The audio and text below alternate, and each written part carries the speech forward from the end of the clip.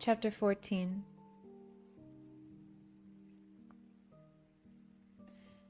Things did not slow down until nearly 4 that afternoon, after Lewis and Richard Irving, the head of campus security, made a statement to the press. The young man, Victor Pascal, had been jogging with 2 friends, one of them his fiancée. A car driven by Tremont Withers, 23, of Haven, Maine, had come up the road leading from the Langwell Women's Gymnasium toward the center of campus at an excessive speed. Withers's car had struck Pascal and driven him headfirst into a tree. Pascal had been brought to the infirmary in a blanket by his friends and 2 passer-by. He had died minutes later.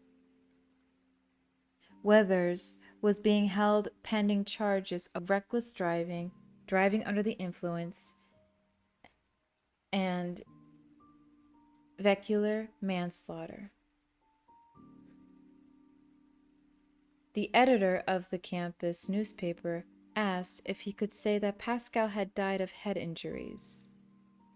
Lewis, thinking of that broken window through which the brain itself could be seen, said he would rather let the Penobscot County coroner announce the cause of death. The editor then asked if the 4 young people who had brought Pascal to the infirmary in the blanket might not have inadvertently caused the death. "No," Lewis replied. "Not at all. Unhappily, Mr. Pascal was, in my opinion, mortally wounded upon being struck." There were other questions, a few, but that answer really ended the press conference. Now, Lewis sat in his office. Steve Masterton had gone home an hour before, immediately following the press conference, to catch himself on the evening news, Lewis suspected, trying to pick up the shards of the day. Or maybe he was just trying to cover what had happened, to paint a thin coating of routine over it.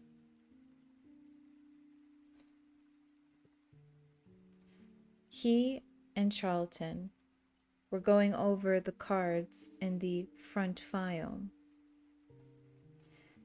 Those students who were pushing grimly through their college years in spite of some disability. There were 23 diabetics in the front file, 15 epileptics, 14 paraplegics, and assorted others, students with leukemia, students with cerebral palsy, and muscular dystrophy,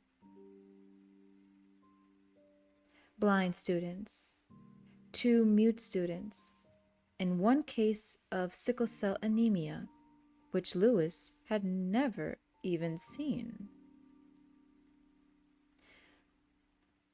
Perhaps the lowest point of the afternoon had come just after Steve left.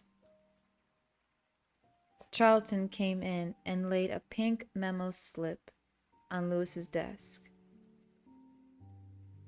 "Bancourt carpet will be here at 9 tomorrow," it read.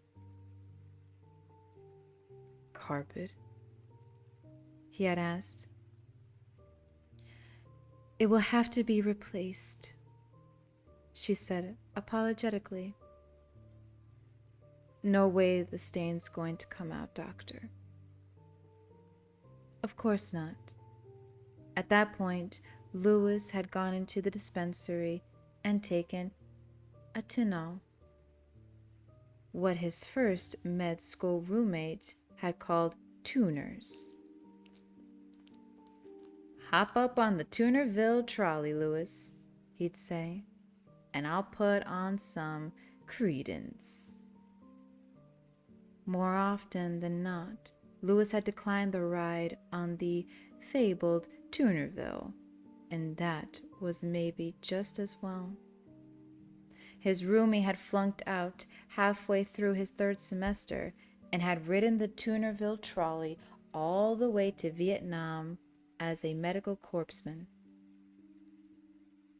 Louis sometimes pictured him over there, stoned to the eyeballs, listening to Creedence do Rum Through the Jungle. But he needed something.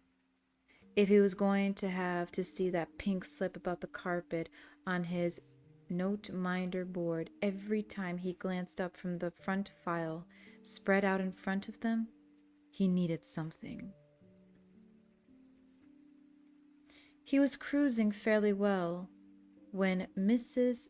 Bailings, the night nurse, poked her head in and said, "Your wife, Dr. Creed, line 1. Louis glanced at his watch and saw it was nearly 5:30.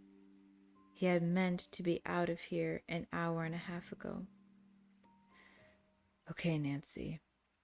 Thanks." He picked up the phone and punched the line 1. "Hi, honey.